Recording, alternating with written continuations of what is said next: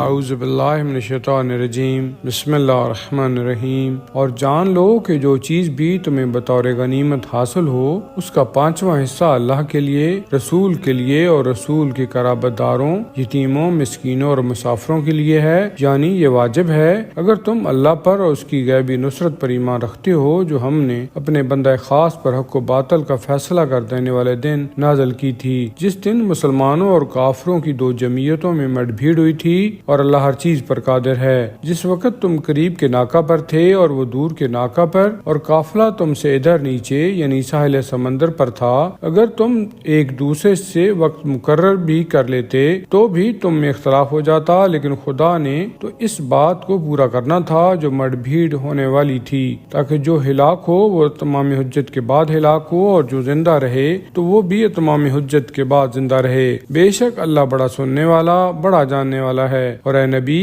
وہ وقت یاد کرو جب اللہ نے خواب میں آپ کو ان کفار کی تعداد تھوڑی کر کے دکھائی تھی، اور اگر وہ انہیں زیادہ کر کے دکھاتا تو تم ہمت ہار جاتے اور آپس میں جھگڑنے لگتے، لیکن اللہ نے اس سے بچایا۔ بے شک اللہ سینوں کے اندر والی باتوں کا خوب جاننے والا ہے۔ وہ وقت یاد کرو کہ جب اللہ نے انہیں تمہاری نگاہوں میں کم کر کے دکھایا اور تمہاری تعداد کو ان کی نظروں میں کم کر کے دکھایا، تاکہ اللہ اس کو پورا کرے جو ہو کر رہنا تھا، اور تمام معاملات کی بازگشت اللہ ہی کی طرف ہے۔ اے ایمان والو، جب کسی جماعت سے تمہارا مقابلہ ہو جائے تو ثابت قدم رہا کرو اور اللہ کو یاد کرو تاکہ تم کامیاب ہو جاؤ، اور اللہ اور اس کے رسول کی اطاعت کرو اور آپس میں جھگڑا نہ کرو ورنہ کمزور پڑ جاؤ گے اور تمہاری ہوا اکھڑ جائے گی، اور ہر قسم کی مصیبت و تکلیف میں صبر سے کام لو، بے شک اللہ صبر کرنے والوں کے ساتھ ہے۔ اور ان لوگوں کی مانند نہ ہو جو اپنے گھروں سے اتراتے ہوئے اور لوگوں کو اپنی شان و شوکت دکھاتے ہوئے نکلے،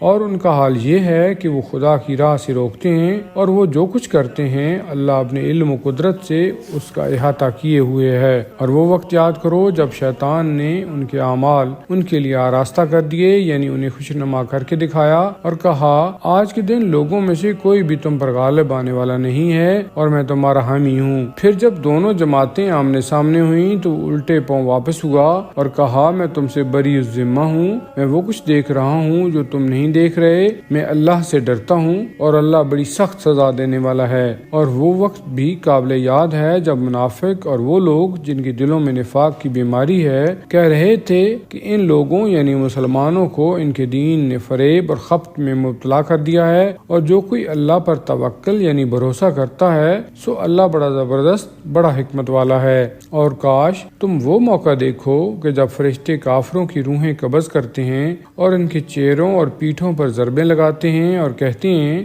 کہ اب عذاب آتش کا مزہ چکھو۔ اے دشمنان حق، یہ سزا ہے اس کی جو تمہارے ہاتھ پہلے بھیج چکے ہیں، اور اللہ اپنے بندوں پر ظلم کرنے والا نہیں ہے۔